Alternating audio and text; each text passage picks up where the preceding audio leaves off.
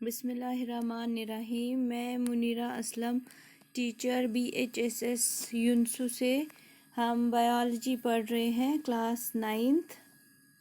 हमारा चैप्टर है diversity in living organisms. तो हम क्लासिफिकेशन के बारे में पढ़ रहे थे। आगे हम आज बढ़ रहे हैं basis of classification. Organisms are classified on the basis of whether the cell is prokaryotic or eukaryotic। ये हमने prokaryotic और eukaryotic पढ़ा है the fundamental unit of life chapter में। अब थोड़ा सा बताते हैं कि जो प्रोकैरियोट्स होते हैं वो विदाउट न्यूक्लियस होते हैं, और जो यूकैरियोट्स हैं उनमें presence of nucleus. Prokaryotes they are before eukaryotes. Nucleus was not developed. We have not seen nucleus in prokaryotes. तो यहाँ पे एवोल्यूशन फिर की बात आती है कि दैट मीन एवोल्यूशन और classification they are related to each other. Cell prokaryote हो या यूकैरियोट, तो वो क्लासिफिकेशन के हिसाब से हम करते हैं। फिर जो प्रोकैरियोट्स हैं उनमें यूनिसेल्यूलर हमारे ऑर्गेनिजम्स आते हैं, जैसे कि मोनीरा मीन सिंगल सेल। तो जो यूकैरियोट्स में हैं उनमें यूनिसेल्यूलर भी ऑर्गेनिजम्स हैं और मल्टी सेल्यूलर भी, और यूकैरियोट्स में जो प्रेजेंस ऑफ न्यूक्लियस भी होता है। और जो इनमें यूकैरियोट्स में फिर हम देखते हैं कि सेल वॉल है या सेल वॉल प्रेजेंट नहीं है। आदू में सेल वॉल प्रेजेंट नहीं होती है। Without cell walls they have cell membranes. तो ये मल्टी सेल्यूलर ऑर्गेनिज्म में होता है।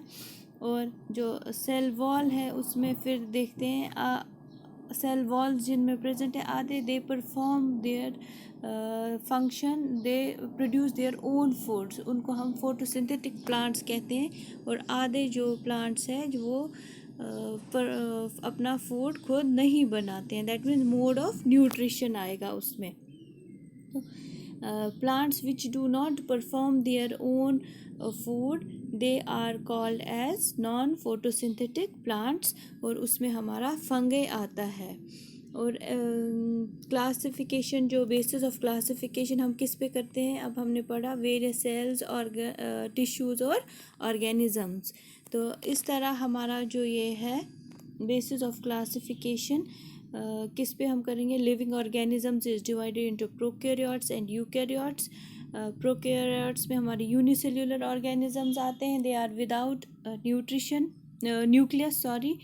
तो जो यूकैरियोट्स है they nucleus is present, they are divided, they have both unicellular as well as multicellular cells. Unicellular में हमारा प्रोटिस्टा आता है, और मल्टीसेल्यूलर में जो है उसमें न्यूक्लियस प्रेजेंट होता है, आधों में सेल वॉल प्रेजेंट होता है, आधों में सेल मेम्ब्रेन प्रेजेंट होती है। जो सेल मेम्ब्रेन जिनमें हैं, जैसे कि हमारा किंगडम एनिमेलिया आता है, इसमें एनिमल्स में सेल वॉल प्रेजेंट होती है, विदाउट सेल मेम्ब्रेन प्रेजेंट होती है। और जो हमारे प्लांट्स हैं उनमें सेल वॉल प्रेजेंट होती है। तो कुछ प्लांट्स जो है हमारे फोटोसिंथेटिक होते हैं, that means photosynthesis take place. Plants जो है किंगडम प्लांट है, इसमें आता है, they make their own food. और कुछ जो है they do not perform photosynthesis, जैसे कि हमारा फंगे है। अब हायर आर्की ऑफ क्लासिफिकेशन क्या है, तो ये बहुत सारे साइंटिस्ट्स ने बताया है। क्या बताया है? सबसे पहले एरिस्टोटल ने हमें कहा जो है ऑर्गेनिजम्स आर डिवाइडेड इनटू, जिसको हम आर्टिफिशियल सिस्टम ऑफ क्लासिफिकेशन कहते हैं। Aristotle classified into 2 types of classification, एक तो एनिमल्स और प्लांट्स। प्लांट्स जो है they divide plants on the basis of thickness of stem, that is small plants, medium plants and large plants.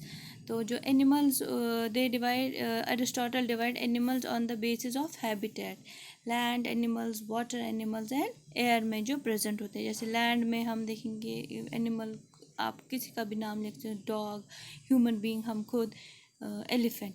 ऐसे water animals जिनको aquatic हम बोलते हैं, फ़िश है, ऑक्टोपस है, वेल्स है, डॉल्फिन्स वगैरह। और एरियल में जो लिविंग ऑर्गेनिज्म हमारे बर्ड्स, बैट्स वगैरह। मगर जो एरिस्टोटल का अटेम्प्ट जो क्लासिफिकेशन ऑफ प्लांट्स और एनिमल्स का था वो फेल हो गया, क्योंकि इस तरह से हम पूरी दुनिया के एनिमल्स को क्लासिफाई नहीं कर सकते हैं। तो इसके बाद हमारा आया कार्लस लिनस 1758 में। He gave two kingdom system of classification, Animalia and Plantae.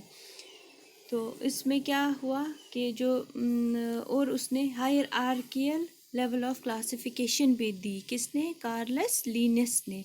तो Euglena was classified into Animalia, but it shared characteristics of plants as well।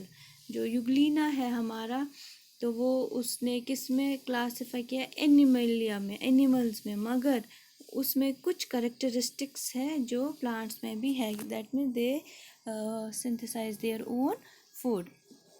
इसके बाद हमारा नेक्स्ट साइंटिस्ट जो आया वो है अर्नेस्ट हेकल 1894 में।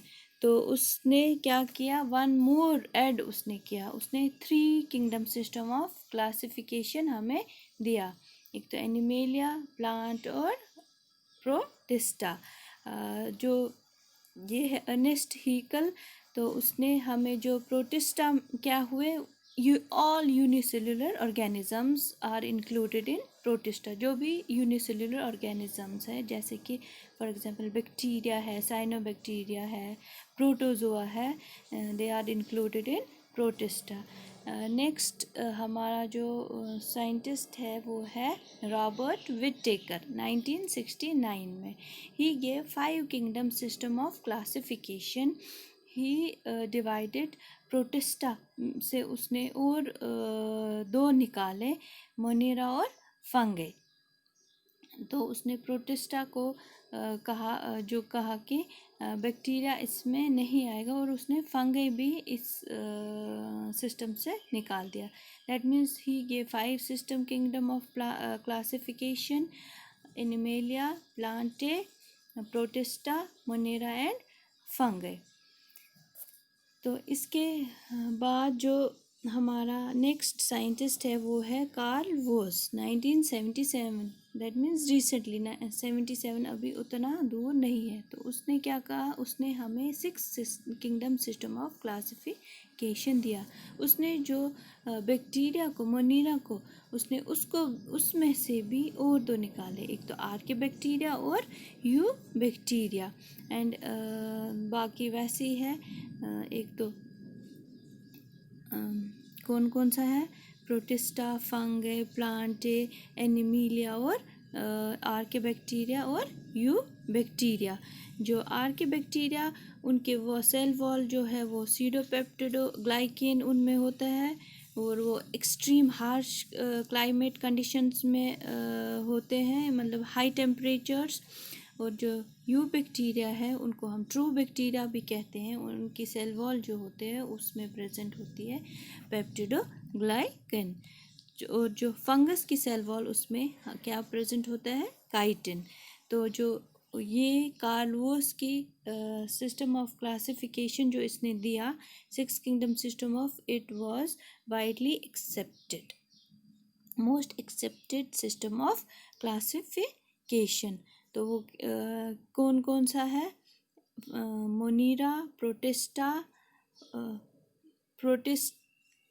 एक तो है kingdom Plantae, kingdom Animalia, Fungi, Protista, eubacteria and आर्के bacteria.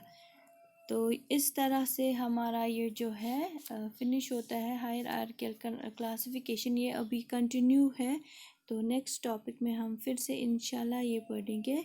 Till then take care, thank you.